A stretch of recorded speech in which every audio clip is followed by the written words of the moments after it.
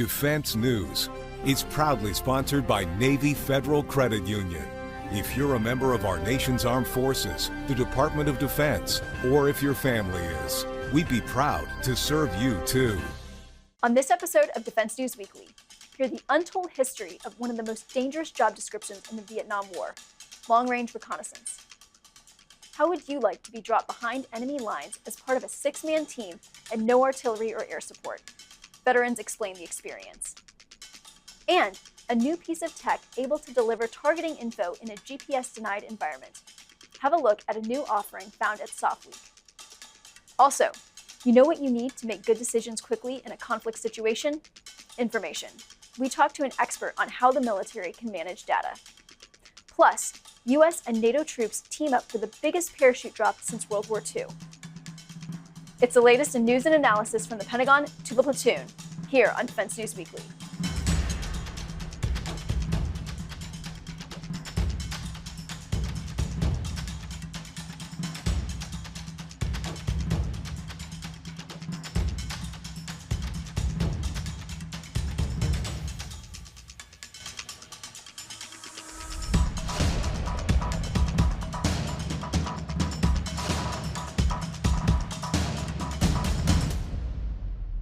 Picture yourself on a helicopter in the dead of night over the jungles of Vietnam. You're dropped into the undergrowth far behind enemy lines, and the helicopter leaves you and 5 other soldiers there alone. For the next week, you are on your own. If you are discovered, it's highly possible that you will be overrun. Your mission? Collect intelligence on enemy position and movement, and don't get caught. This was the job of real soldiers in Vietnam, long-range reconnaissance patrol. And it's as scary as it sounds. We spoke to veterans who performed that job for a new series called Shadows in the Jungle. Here's the first episode of the series about how troops came to be in these small elite units. All I remember is everything blew up. I remember this black ball of smoke, and that's all I remember. I don't know how long I was out. I woke up and everything was quiet. It was still raining, but it wasn't hailing anymore. And I looked around, and it was a different place. I wasn't in the perimeter anymore. And right in front of me was this big teak tree about this big around, and I had been thrown up against this thing broadside, backwards. And I was laying on my stomach, and my web gear wasn't with me, my weapon was gone, and I remember looking around, my pants was smoking. And this is no kidding, I swear to God, my feet were sticking up, and I was laying on my stomach. And I remember thinking, you lost your legs. You're not going to survive this. And that was the last time that I made peace with my God and said, I'm dying right here.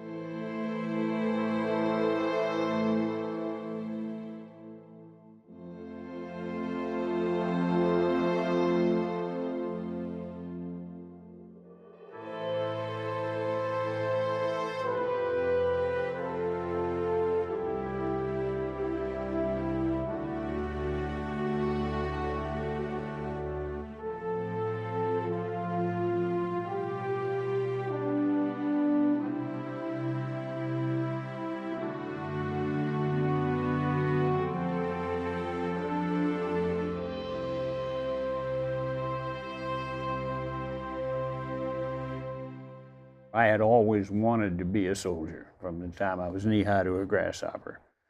So at the ripe old age of 17, in I went.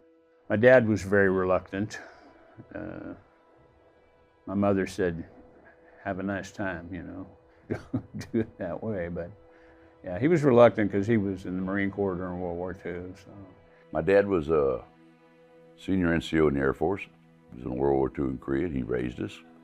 We were raised strict with a sense of loyalty to our country and a sense of duty. When I got out of school, I went in the Army. That's all there is to that. I'd been in the Air Force for 20 years following my dad around. So I knew what that was about, and I thought, well, that's not too bad. So I talked to the Air Force recruiter, and he said, I got a 5-year waiting list.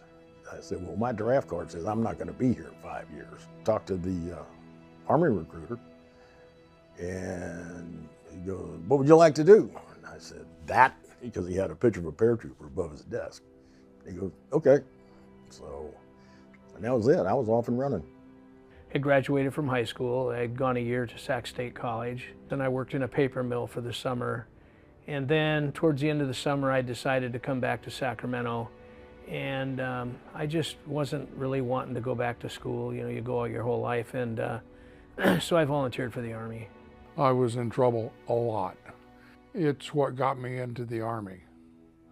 At 16, I incited a riot at a bar because the bartender wouldn't serve me anymore. I had a California Youth Authority judge sentence me to the Youth Authority at Chino, and he delayed execution of the sentence for 30 days and said if I happened to join the service that he would see it as an effort on my part to rehabilitate myself and suspend the sentence.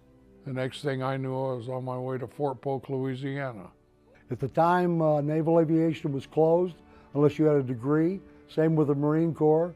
And I went to an Army recruiter who tried to talk me into being a helicopter pilot. And I didn't want to fly helicopters, so I thought I'll enlist to do something I want to do instead of getting drafted and have no choice. So I enlisted for airborne infantry. When I joined the Army, I was 17. I was homeless, high school dropout, living on the streets. The Navy and the Air Force didn't want me because I didn't have a high school diploma, and the Marines thought I was too small. So the Army took me.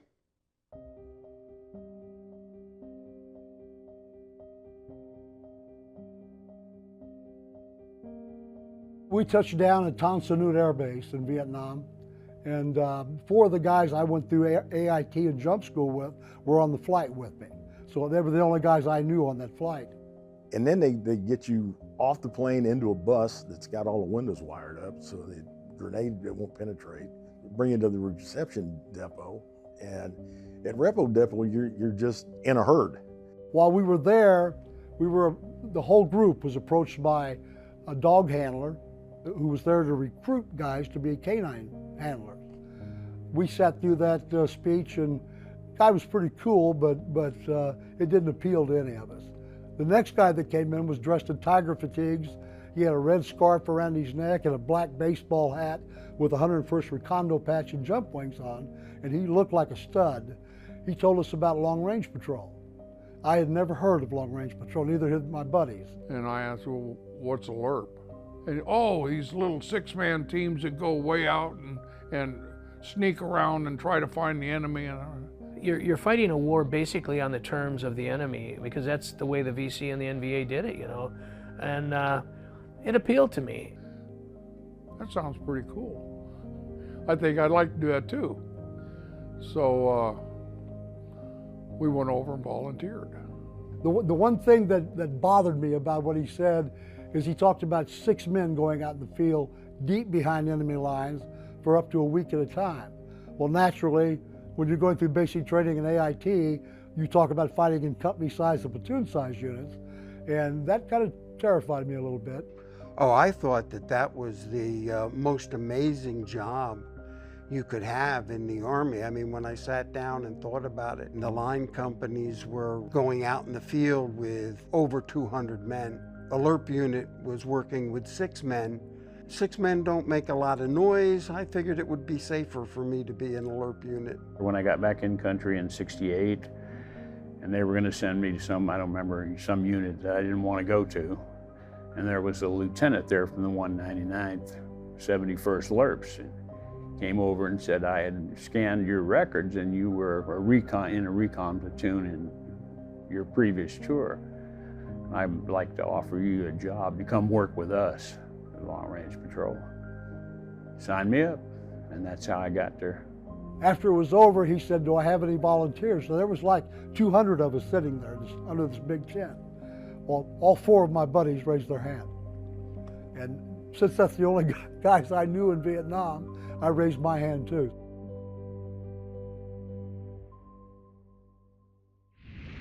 Shadows in the Jungle will continue running on militarytimes.com throughout May and June. When we return, new targeting optics on offer to U.S. troops for use in GPS-denied environments, and how the military can better handle massive amounts of data. Stay tuned.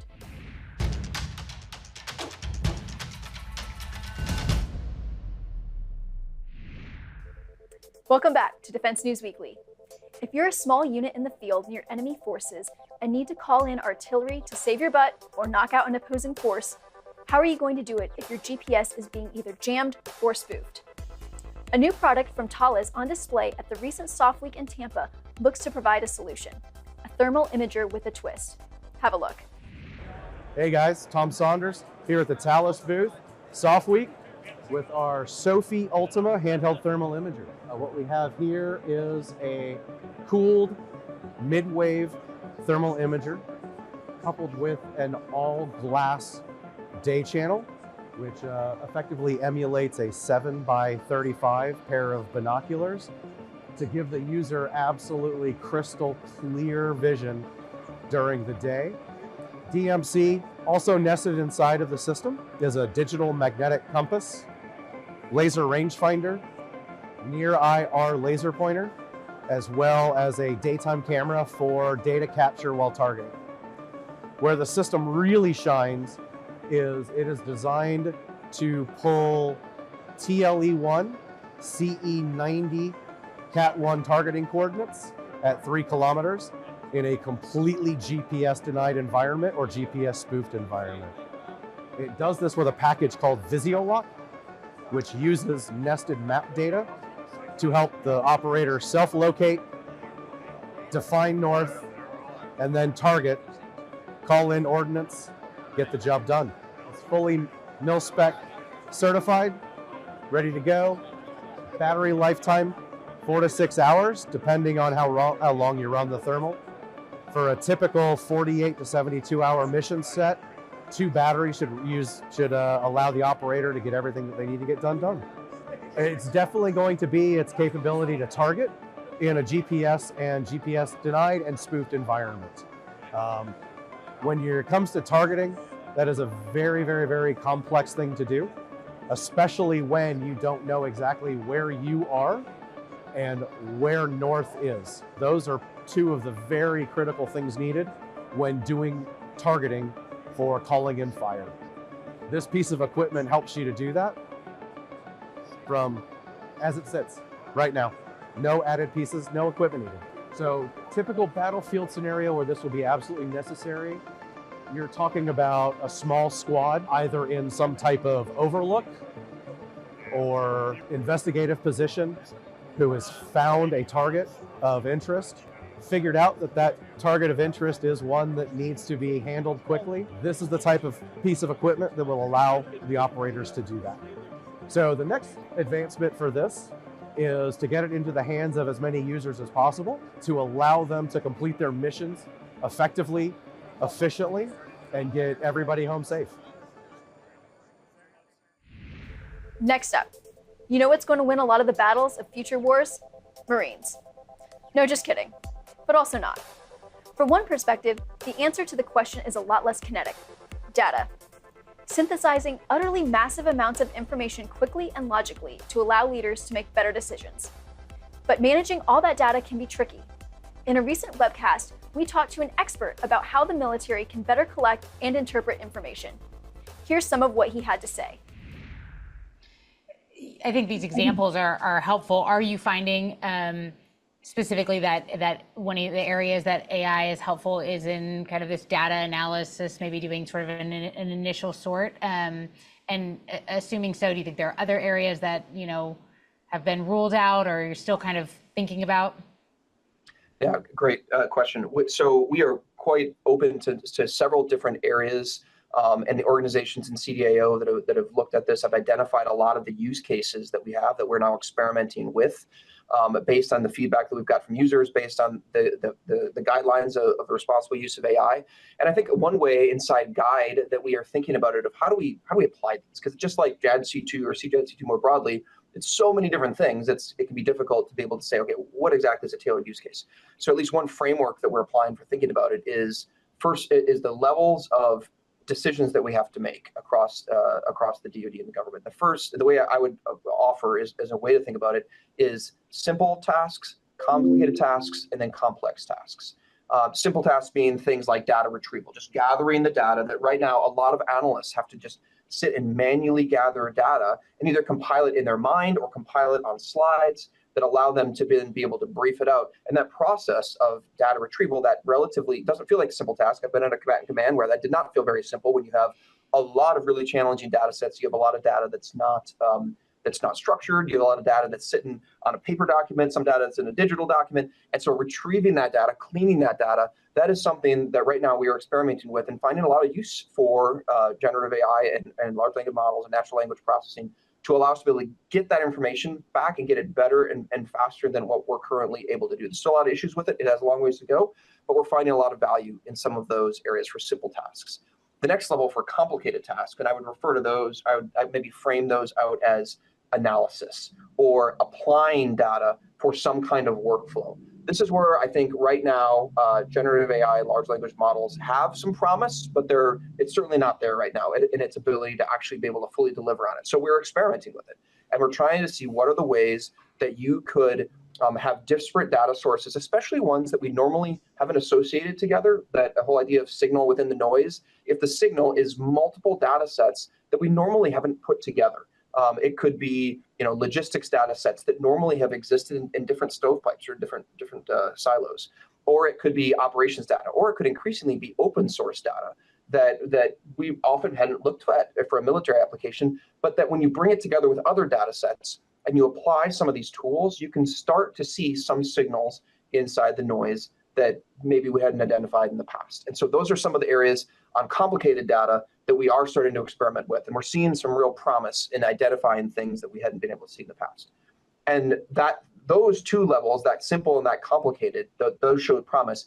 What that does for us is really free up the humans to allow them to do that third level, which is the complex analysis, the complex decisions. And that's where we're trying to understand what is our potential adversary's intent? How do we bring in the context of what's going on across things that it's very difficult for machines and tools to be able to do that right now. And that's where we think we can free up humans to allow them to be able to do those things, to take this analysis, take these insights, and then be able to apply them to better, more data-informed decisions than what we've been able to do in the past. When we come back, our personal finance expert returns with tips on financial perks for military members and vets. Don't go away.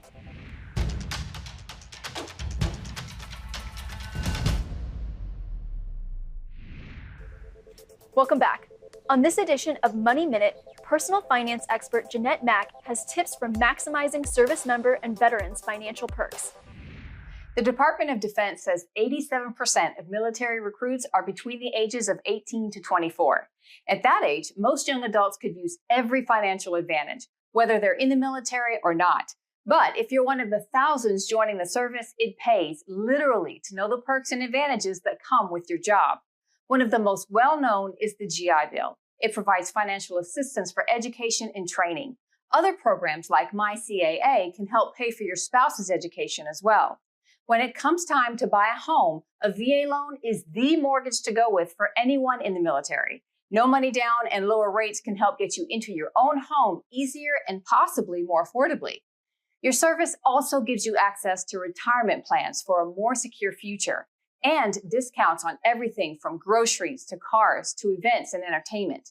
As a service member, take advantage of every perk you can get. You deserve them all. Thanks, Jeanette. We'll see you next week. To get more coverage of military and defense topics, steer your underwater delivery vehicle towards militarytimes.com and defensenews.com for more headlines. And to become the most learned recon scout in the division, sign up for our early bird brief, compiled each morning to bring you the most recent headlines. And if social media is where you grab open source intelligence, follow us on YouTube, Facebook, Instagram, and X, formerly known as Twitter. And while it's still legal, we're on TikTok, so go find us there as well. Coming up, a massive paratrooper jump in the skies over Europe. Get a look at what officials say is the largest drop since the Second World War.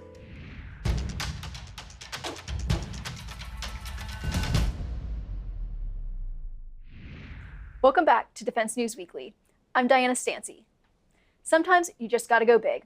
As part of a recent joint exercise in Romania, US and NATO troops teamed up to perform a massive coordinated parachute drop, claimed to be the biggest since World War II. Paratroopers from a host of nations loaded up into 14 transports and took the leap as part of Exercise Swift Response, a US training venture. NATO said that between 1,200 and 1,500 troops took part in the jump, part of maneuvers to practice multinational airborne operations. Have a look at how it went down.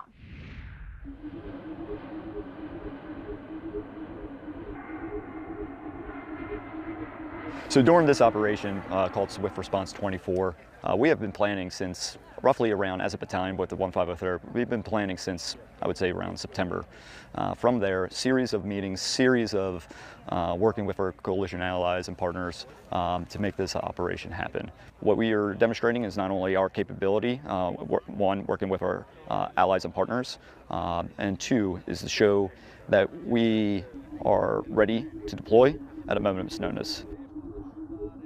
Certainly it sends a message of coherence and capability to our NATO allies and partners. So one, within, two, outwardly, certainly a capability that few can do, right? And that's a message to any chronic threat that we do have this particular capability amongst many, many others. For us in the Swedish Armed Forces, this exercise is very much about host nation support. Something that is pretty new to us, but is also very important, of course. And being able to execute this exercise only 2 months as newcomers in NATO, I think sends at least a strong message about the strength and the possibilities coming with us being part of the alliance.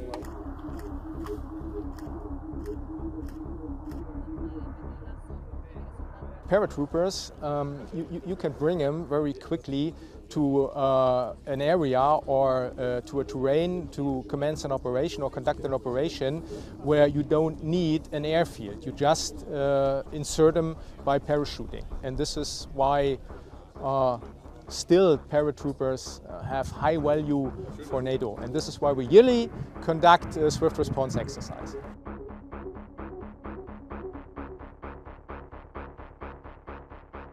We try within each exercise to prove that we are able to do a lot of things that maybe could be done during a conflict. And for this we exercise every time different kind of procedure techniques at different scales. Nowadays is the proper moment to see something like this. The biggest and the most important message is that the NATO is here, NATO is everywhere where it is needed in order to provide for their people a safe and secure environment.